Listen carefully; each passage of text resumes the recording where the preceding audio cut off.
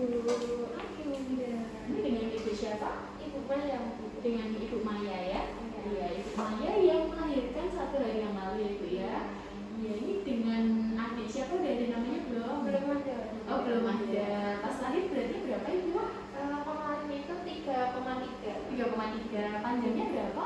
48 ya. Ibu ada keluhan sekarang? Nggak ada sih, kemudian mungkin lebih ke panas sih. Baru Pertama awal. ya, jadi nggak tahu cara perawatan bayi. Oke, baik Ibu. Nanti saya akan memberikan beberapa cara tentang perawatan bayi sehari-hari kepada Ibu ya. Yang pertama itu mungkin tentang cara menyusui ya.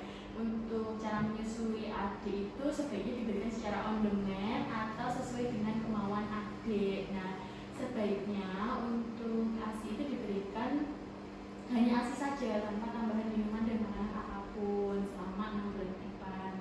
Nah, setelah itu ASI itu diberikan minimal sekali 2-3 jam sekali kalau lagi bubuk yang dibangunin, atau sebanyak 8 kali sehari gitu.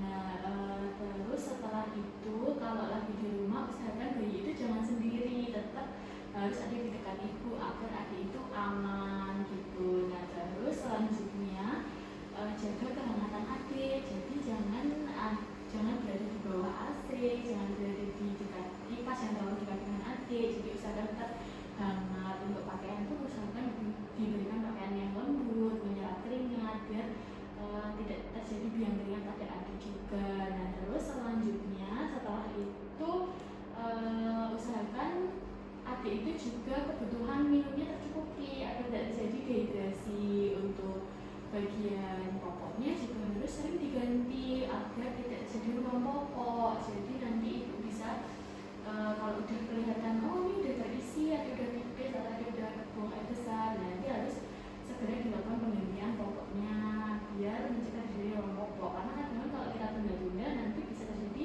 infeksi atau ruam popok, kemerahan pada bayi. Terus setelah itu kalau ibu menjemur bayi usahakan jangan yang terlalu lama, jangan terlalu panas, dan kalau mau jemur bayi jangan tanpa pakaian, jadi harus menggunakan pakaian yang tetap meskipun hanya 1 lembar gitu ya. Terus setelah itu tadi kalau menjaga kehangatan harus menggunakan selimut juga. Terus usahakan kalau dalam sehari-hari itu adik menggunakan topi atau penutup kepala dan juga sarung tangan atau sarung kaki biar nanti kalau mencegah terjadinya kehilangan panas secara berlebih. Nanti kalau dirasa kok diraba tangannya adik dingin, ya kita harus langsung pakaikan sarung tangan dan juga sarung kaki gitu.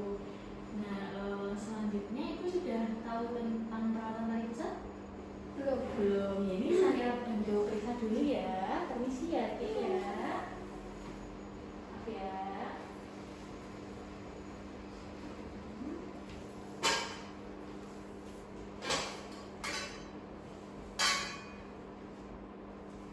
Nantang ya, tadi habis minum ini.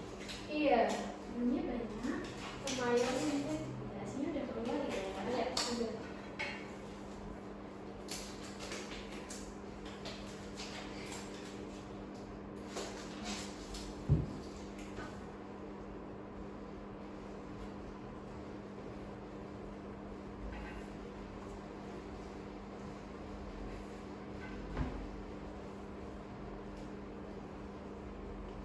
Ini tali pusatnya bagus ya, meskipun masih basah, tapi ini bersih. Nah, nanti usahakan kalau misalnya adik menggunakan popok, usahakan popoknya berada di bawah tali pusatnya. Terus untuk perawatan tali pusat setelah mandi, hanya konsepnya bersih dan kering tanpa menambahkan ramuan-ramuan apapun. Kalau diberikan kunyit dan lain sebagainya itu tidak boleh, sebaiknya cuma kering dan bersih aja.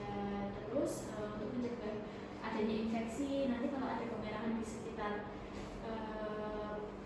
tali pusatnya itu berarti sudah masuk ke dalam tanda bahaya, atau berbau itu juga sudah masuk dalam tanda bahaya. Nah, ini saya cek suhunya dulu. Suhu adik normal ya. Tuh.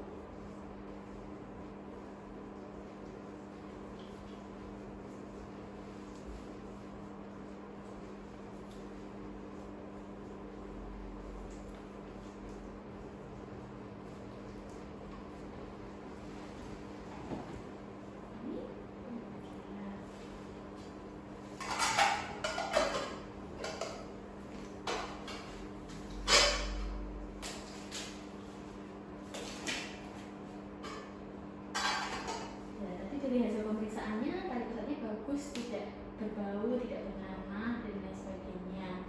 Nanti untuk di rumah jika ada beberapa tanda bahaya yang harus diwaspadai pada ibu, yang pertama jika adik itu suhunya di atas 38 derajat. Nah, jadi sebaiknya setiap adik demam usahakan untuk ibu selalu berjaga di rumah ada termometer untuk mengetahui suhu, karena kadang kalau kita sentuh pakai tangan udah terasa hangat belum tentu suhunya itu naik gitu. Nah terus habis itu yang harus diwaspadai ketika suhunya tadi berapa? 30. Terus habis itu jika terlihat pernapasan dadanya itu sulit kayak sesak gitu atau nafas cepat lebih dari 60 kali. Lalu untuk warna kulitnya adik menguning atau kebiruan atau bahkan pucat. Terus untuk tali pusatnya juga kita harus lihat lagi apakah tali pusatnya berwarna merah, berbau atau keluar nanah dan darah. Nah kita harus lebih aware. Nanti kalau seandainya memang ada tanda gejala tersebut, sebaiknya bisa langsung ke tenaga kesehatan terdekat atau ke dokter gitu. Nah sampai sini apa yang mau ditanyakan? Sudah tidak ada sih. Sudah tidak ada ya. Mungkin bisa diulas sedikit tadi bagaimana cara perawatan bayi kalau di rumah, mungkin tentang cara pengambilan rokoknya.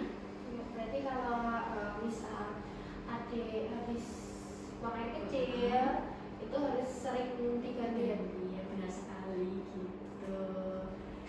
Udah saya tinggal dulu. Terima kasih.